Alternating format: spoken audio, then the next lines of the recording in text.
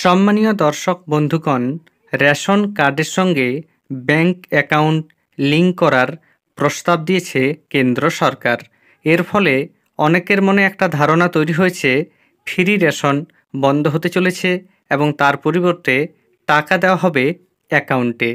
এই মুহূর্তে সেটাই সবথেকে বড় প্রশ্ন, কেন এই লিঙ্ক করানো হচ্ছে এবং টাকা দেওয়া হলে কত টাকা দেওয়া হবে বা কবে থেকে টাকা দেওয়া হবে, সেই ব্যাপারে কি আপডেট রয়েছে আপনাদের সামনে তুলে ধরব। এর আগে অনুরোধ, চ্যানেলে নতুন হয়ে থাকলে ছোট্ট চ্যানেলটি সাবস্ক্রাইব করে নোটিফিকেশন অল করে রাখতে ভুলবেন না।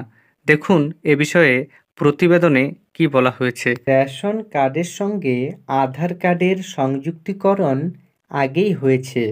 এবার কেন্দ্রীয় সরকার রেশন কার্ডের সঙ্গে ব্যাংক অ্যাকাউন্টের সংযুক্তিকরণ করতে চাইছে। এজন্য রেশন বন্টন সংক্রান্ত নির্দেশিকায় প্রয়োজনীয় সংশোধনেরও প্রস্তাব দিয়েছে কেন্দ্রীয় খাদ্য ও গণবন্টন মন্ত্রক। সরকারি সূত্রে খবর, গত 28 ফেব্রুয়ারি কেন্দ্রীয় খাদ্য সচিবের সঙ্গে রাজ্যের খাদ্য সচিবদের বৈঠকে কেন্দ্রীয় সরকার এই প্রস্তাবের কথা জানিয়েছে। তাতে রেশন বন্টন নিয়ন্ত্রণ সংক্রান্ত 2015 সালের নির্দেশিকায় সংশোধনের প্রস্তাবের কথা বলা হয়েছে।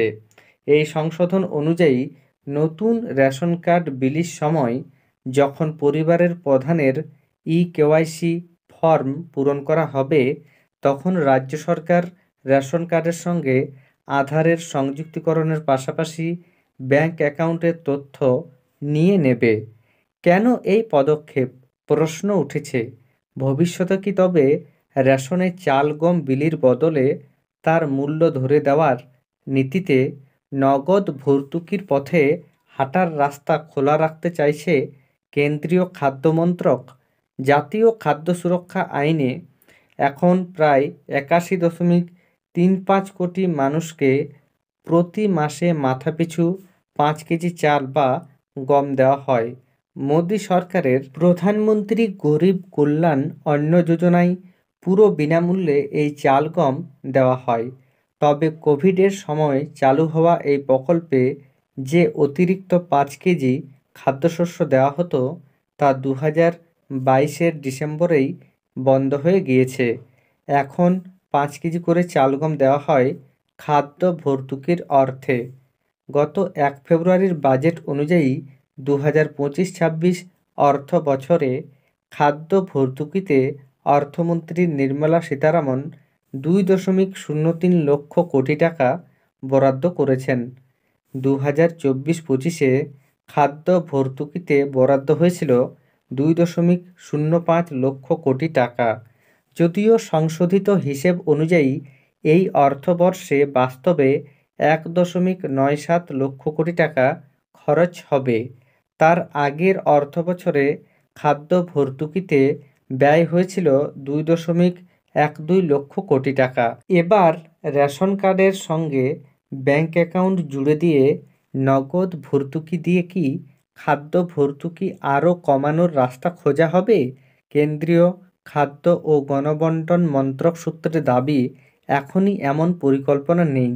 কিন্তু কেন্দ্রীয় সরকারের রেশন ডিলারদের চিন্তা বেড়েছে। তারা মনে করছেন কৃষকরাও বিপদে পড়বেন। সর্বভারতীয় ফেয়ার প্রাইস শপ ডিলার্স ফেডারেশনের সাধারণ সম্পাদক বিশ্বম্ভর বসু বলেন, রেশনে বিলির জন্য সরকার চাষিদের থেকে নির্ধারিত দামে চাল গম কিনে নেয়। যদি সরকার তা না কিনে ব্যাংকে খাদ্য ভর্তুকির পথে হাঁটে, চাষিরা মুশকিলে পড়বেন। সম্পূর্ণ বাজারের মুখাপেক্ষী হয়ে থাকতে হবে।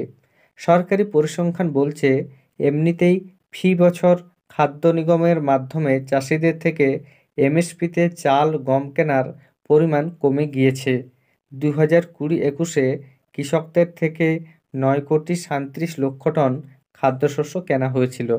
তা কমতে কমতে চলতি অর্থ বছরে 6.39 কোটি টনে নামবে বলে সরকারি অনুমান।